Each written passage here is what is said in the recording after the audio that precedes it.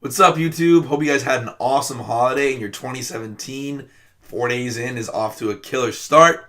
Personally, I have not had an extended break like this one in over 6 months, so I was just in heaven the entire time. I went out to Indianapolis for Christmas, got to hang out with some relatives that I never get to see, and while I was out there, I got to hang out with my buddy Dustin from Music the Lifeblood, who was based out in Indy, so that was killer to just hang and talk music with him. Then New Year's Eve, I went down to Virginia Tech for one night, 10-hour drive both ways. Totally worth it. It was a fucking blast. So I'm just feeling rejuvenated and refreshed and ready to just crush it in 2017. So I'm too old now for much in the way of presents, but when I was out in Indy, I did treat myself quite a bit by dropping a couple $100 at a couple great record stores out there in Broad Ripple. So just for my fellow music nerds, I figure I would share my acquisitions. These record store binges of mine are exactly why I never give girls any shit for some of their dumber shopping habits, because I basically do the same shit just with collecting music in various outdated mediums like CD and vinyl. But hey, if this is my vice, then I think I'm in pretty good shape. Alright, so I'll kick this off with all the vinyls I got. Death, Sound of Perseverance. What else can you say about this record? I mean, the thing about Death is this might have been my gateway, and this might have been the first record that I heard from them, but every single record is good. They're just different, so it just depends. This still might be my favorite. I really love the really long, winding song structures and kind of the more progressive element, and Richard Christie is insane as a drummer on this album. And I'm still trying to figure out that damn cover. Because sometimes I look at it and I see like a shark. Sometimes I see like a mountain with a gaping hole to hell, and then there's people crawling. It's just this is why I like vinyls, because I can really sit there and like stare at the artwork in person and try to figure it out. So great record. I mean, if you're not into Death already, start here. Start with any record, but start here. Cannibal Corpse. I mean, who doesn't want to own this? I mean, they're known for incredibly gory covers, but this is the best one. You got a fucking two corpses, one performing Cunnilingus. I mean, it doesn't get much better than that. And you know, people go back and forth between this record and The Bleeding for their best '90s Chris Barnes era album. I tend to lean a little bit towards this one because it has more of a raw sound, and I'm really into some of the deep cuts on here, like Beyond the Cemetery or Post-Mortal Ejaculation. So, killer record, can't go wrong with that. Snoop Dogg's first album, Doggy Style. Snoop and Dre quite literally perfected the art of party rap in 1993. This album has very few equals in that sense. You think about the 90s, Illmatic, The Chronic, Doggy Style. Next up, another hip-hop landmark, the first Slick Rick album, The Great Adventures of Slick Rick. You know, when I was trying to get into those late 80s golden age MCs, Slick Rick was actually like the last one. I had gotten really into Rakim, Cool G Rap, Big Daddy Kane, Kool Moe Dee, all those guys, and then I heard this record, and Slick Rick quickly became my favorite because just his ridiculous, over-the-top, extravagant storytelling. I also love how this record is very of its time. Like the song Teenage Love has these really corny, in the best way possible, like blaring synths. It's just, if you're a hip-hop head, this is one of like the first 10 records you should own, along with Doggy Style probably. Pantera, Far Beyond Bootleg. This is their Dying to 94 live album. I immediately snatched this one up because either I didn't know it existed or I forgot it existed. So I'm really excited to unwrap this thing and hear the performance, because I mean, Pantera in 1994, that is their fucking prime. Like, that is right around Far Beyond Driven, which is my personal favorite record of theirs. They're just at the height of their powers, so this should be a real treat. Notice that lighting change? Because I have a crack in this window where I film, so sometimes it just fucking changes. And last but not least, this is the one that Santa actually came down the chimney and gave me. Outkast, ATLiens. I always go back and forth about my favorite Outkast record because I love Aquemini, I love the first record, I love Stankonia, but this is one of the easiest listens because it's just a very chill listen all the way through. The beats are not really in your face like some of the ones on Stankonia, and then you have classic songs on here. I'm looking at this track list: ATLiens, Wheels of Steel, Jazzy Belle, Elevators, all in a row. I mean, so this is a great place to start if you're looking to get into Outkast, but Aquemini is too, and so is Stankonia. CD time. First CD is More Music from Death. This is their second record, Leprosy. I mean, you can never have enough music from Death.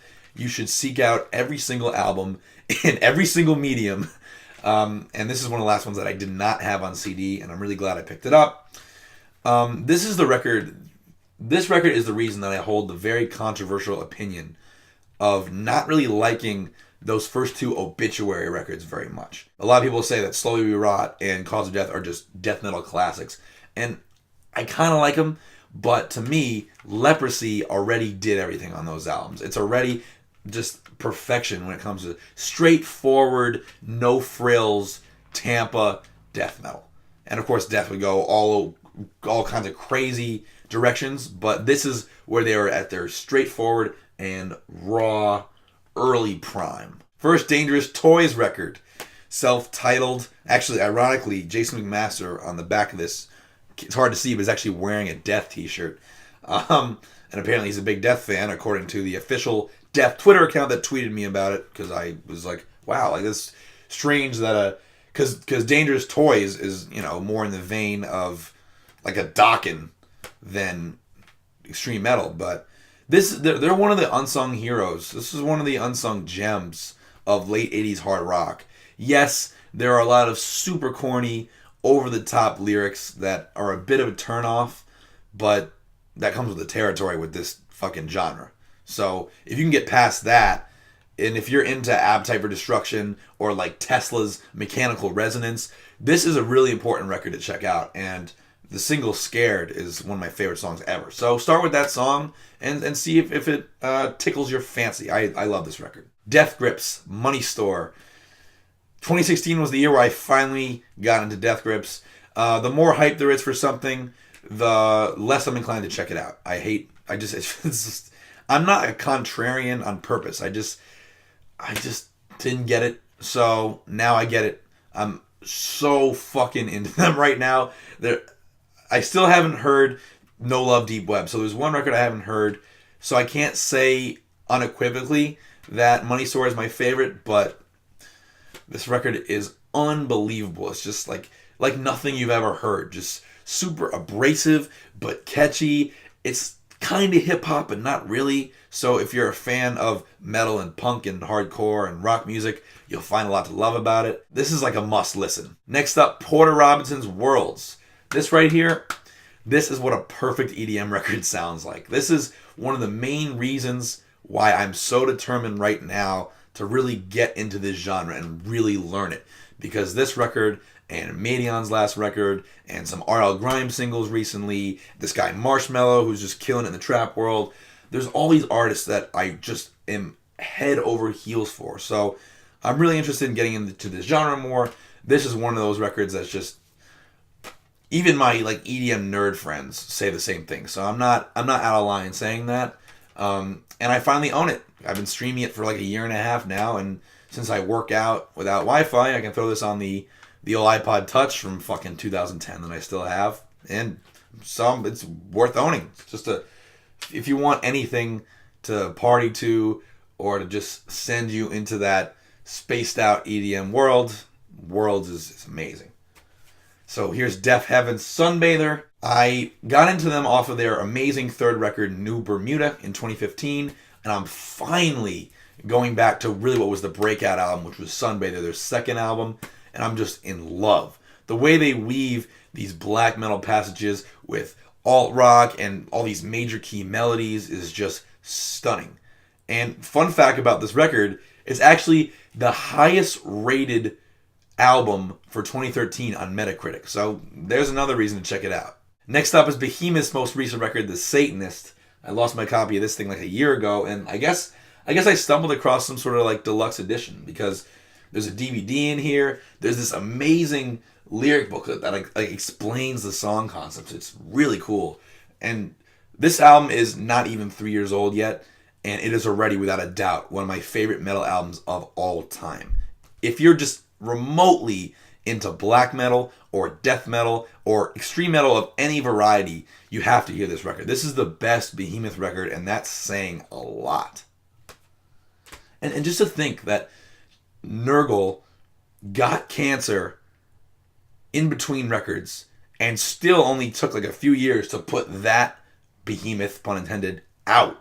And Metallica took 8 years to put out their recent record. Let's think here about who we're really idolizing.